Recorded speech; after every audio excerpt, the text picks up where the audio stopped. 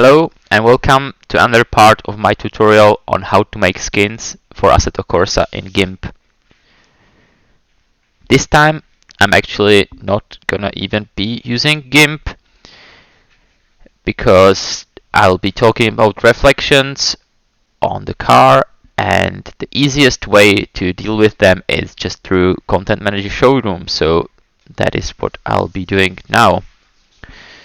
You can open the car in Content Manager Showroom, and if you click on the body, you'll see all the textures that are used. And in this case, we are looking at the TX maps, in this case map DDS, which contains the specular light, reflection, and gloss.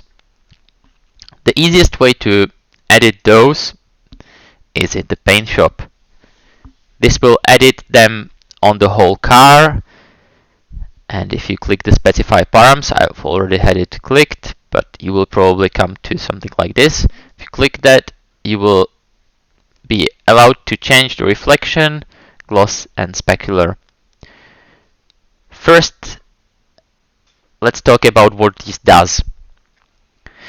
Reflection is the diffused reflection of the light that doesn't have any specific direction, so it is reflected into all directions of the car. So if you change it, you'll see that it just gets lighter or darker. Gloss, in other words, can be described as smoothness of the surface. The less smooth, the less sharp the reflections are gonna be. Let me use my crew to help me show how it works. So if I go to the paint shop and I change the gloss, you'll see that the reflection of the pitch sign, if I do a little bit more reflections overall, you can see that it's now visible and you can distinguish the sign pit.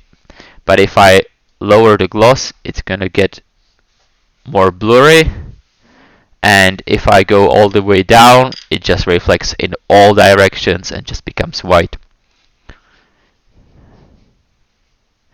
And specular is a sharp reflection of light sources directly into the camera. So there is a light that's above that is making this nice shiny reflection, and if I increase specular, it will increase with it. If I decrease it to all the way to 0, it disappears. This basically governs sharp lights. So for example, if somebody would be shining their lights onto a car in front of them, this is what governs how much light is reflected back to the car. If I play around with it, I can get nice reflection that I want, and then click save. That will generate the map DDS, and if I untick this, I can now pack the skin and use it in any way I want to, and it will retain the reflections I have just set up. This is very short, but this is the easiest way to manage reflections if I want them to be the same on the whole car. Next part, I'll talk about changing them for specific parts of the car, and that is where manual editing will come into place. Thank you, and see you in the next one.